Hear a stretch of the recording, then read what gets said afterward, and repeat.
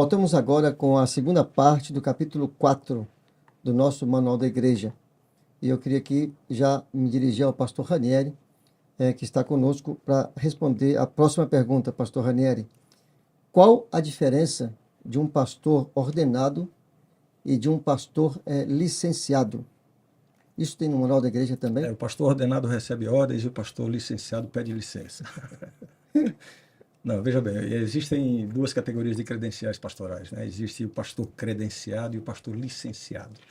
O pastor credenciado é aquele que já tem algum tempo de experiência e já teve o seu ministério confirmado pela igreja através da cerimônia de ordenação, que envolve a imposição de mãos. Separação. Exato. Então, quando ele recebe essa ordenação, ele passa a ter acesso a todas as atribuições de um pastor, a realizar todas as cerimônias, enfim. Inclusive, se torna, tem acesso a ser candidato a ser presidente da associação, né?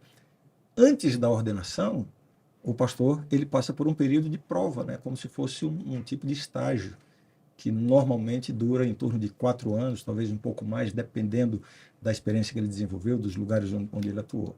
Então, nesse período em que ele ainda não recebe a ordenação, ele tem uma licença, ele tem uma credencial, uma licença ministerial para exercer as suas funções de pastor, mas de forma relativamente limitada.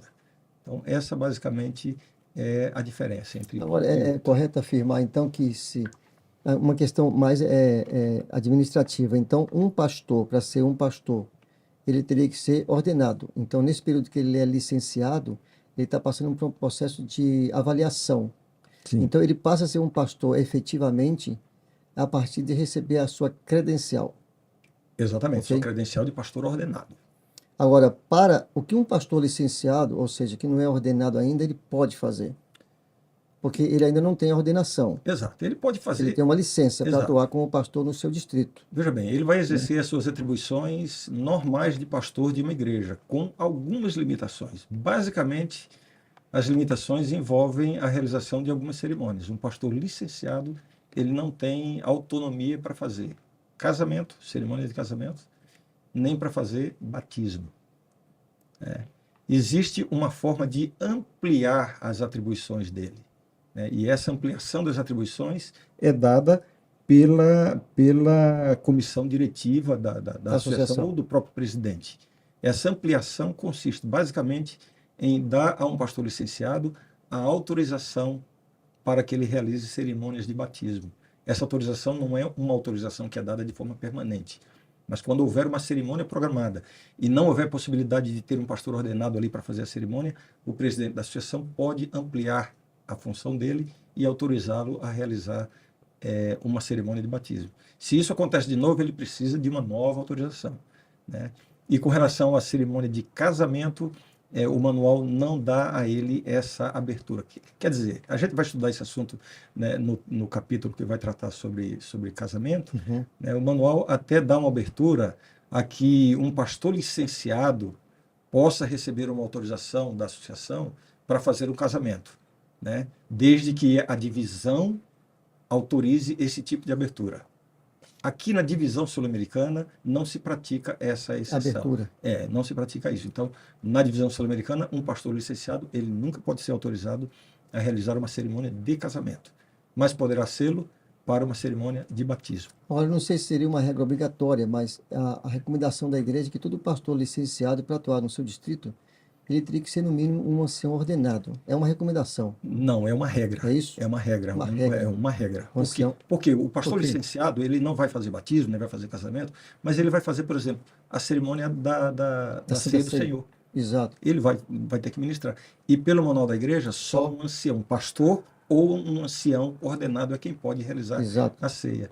Então, aí sim, recomenda-se, orienta-se que o pastor licenciado, que assume o distrito, que ele seja nomeado ancião de cada uma das igrejas do seu distrito, para que ele possa exercer a sua função e poder dirigir a Santa Ceia. Agora, um outro assunto dentro desse capítulo, né? Que é uma próxima pergunta interessante aqui, porque nós estamos falando do capítulo 4, que fala de pastores e servidores da igreja. E nós temos o obreiro bíblico que atua também a nível distrital, a nível regional, a nível local. O obreiro bíblico, que ele é contratado pela igreja ou pela associação, ele precisa ser eleito como oficial da igreja Muitas ou igrejas, nomeado como veja bem, líder da a igreja? gente tem um obreiro bíblico e geralmente o obreiro bíblico é uma pessoa de talento, de experiência, de conhecimento bíblico. Então é natural que a igreja queira colocar sobre ele a direção de algum departamento ou mesmo o departamento missionário da igreja. O manual da igreja diz que isso não é recomendável.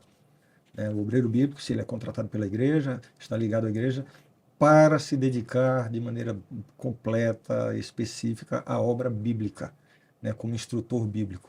E se ele é colocado Numa numa função, função da igreja, isso vai ocupar o tempo dele, vai a limitar o concentração, trabalho vai dele. participar de reunião de comissão, vai estar envolvido com questões administrativas e certamente isso vai distraí-lo do seu foco Vai principal. dividir a atenção. Exatamente. Então, essa é a recomendação do manual, né? Diz aqui o texto, né? O obreiro bíblico não deverá, exceto por um arranjo especial com a associação, ser solicitado a ter um cargo na igreja, mas ser deixado livre para se dedicar à obra de ganhar pessoas para Cristo.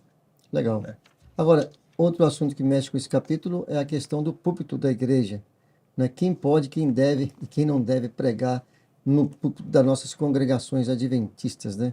Então a pergunta é: quem poderia pregar nas nossas congregações usando o púlpito da igreja, seja os cultos semanais da igreja, seja sábado, domingo, quarta-feira ou em qualquer outro culto que a igreja tem eventualmente acontecendo nas reuniões oficiais da igreja? A nossa igreja eu acho que todas as igrejas, né, têm muito cuidado com o uso do púlpito, né? Esse é o momento de maior influência sobre a igreja. Uma pessoa que vai ao púlpito e dirige a palavra à igreja, ele está ocupando uma posição de muita influência.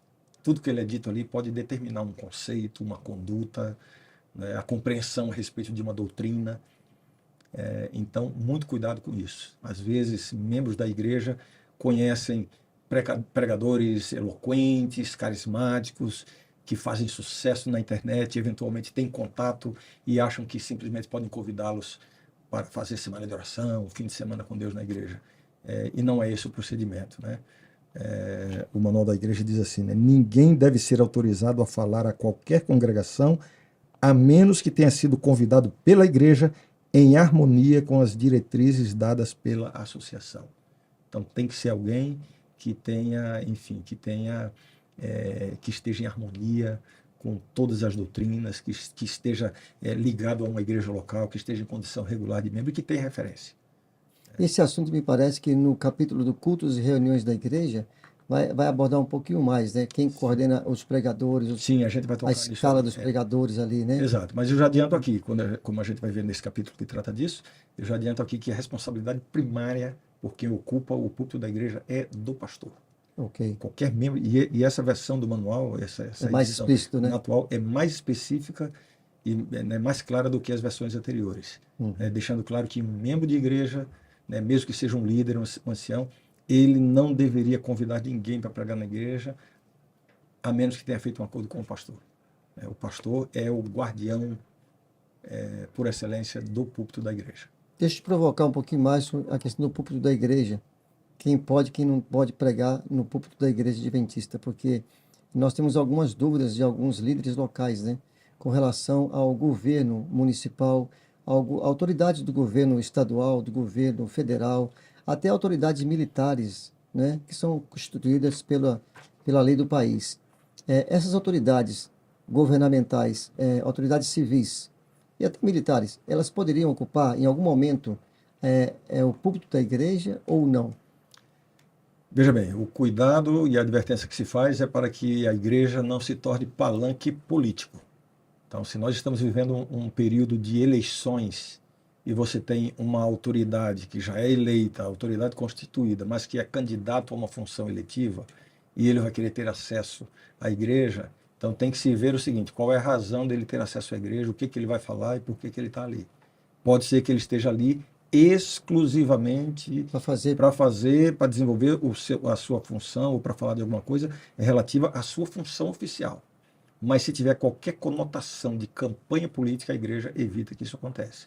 Agora, ampliando a pergunta, se estamos fora de período de eleição, qualquer autoridade constituída, seja municipal, estadual ou federal, ela pode ter acesso a dirigir a palavra à igreja.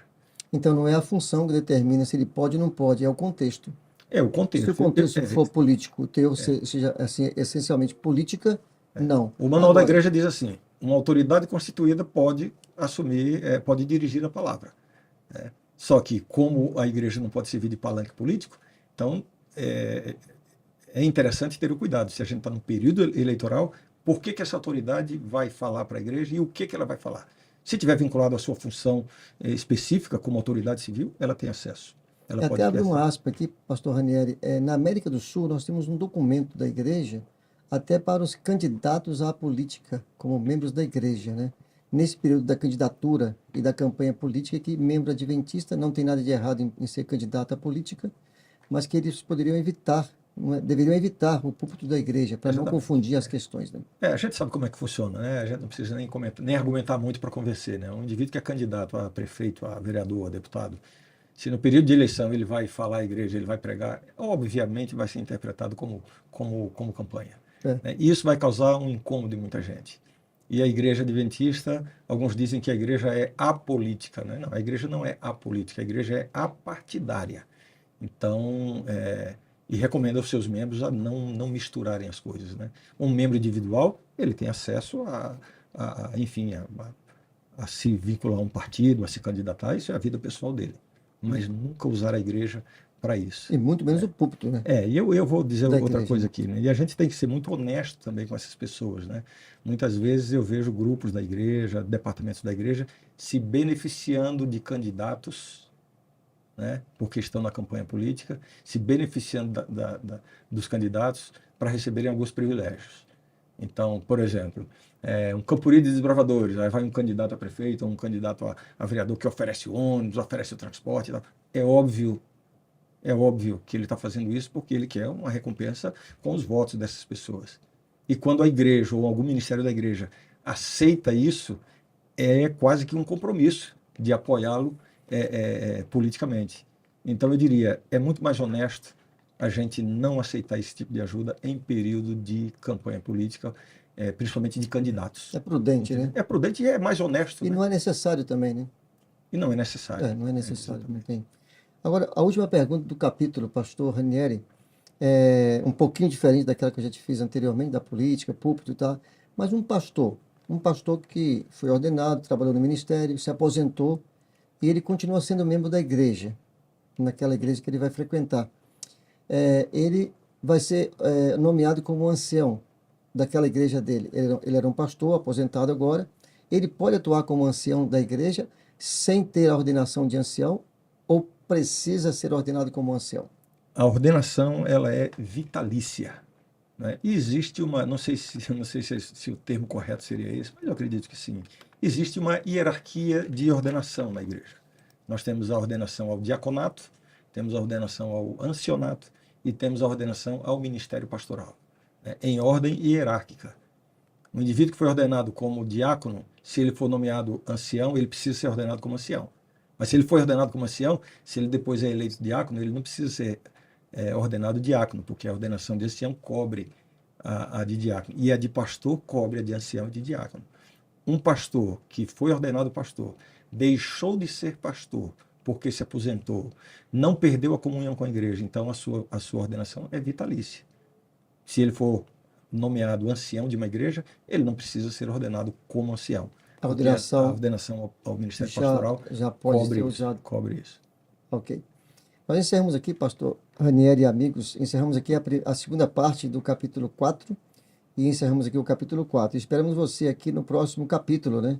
Para estudarmos juntos, conversarmos juntos sobre o Manual da Igreja. Um abraço a você.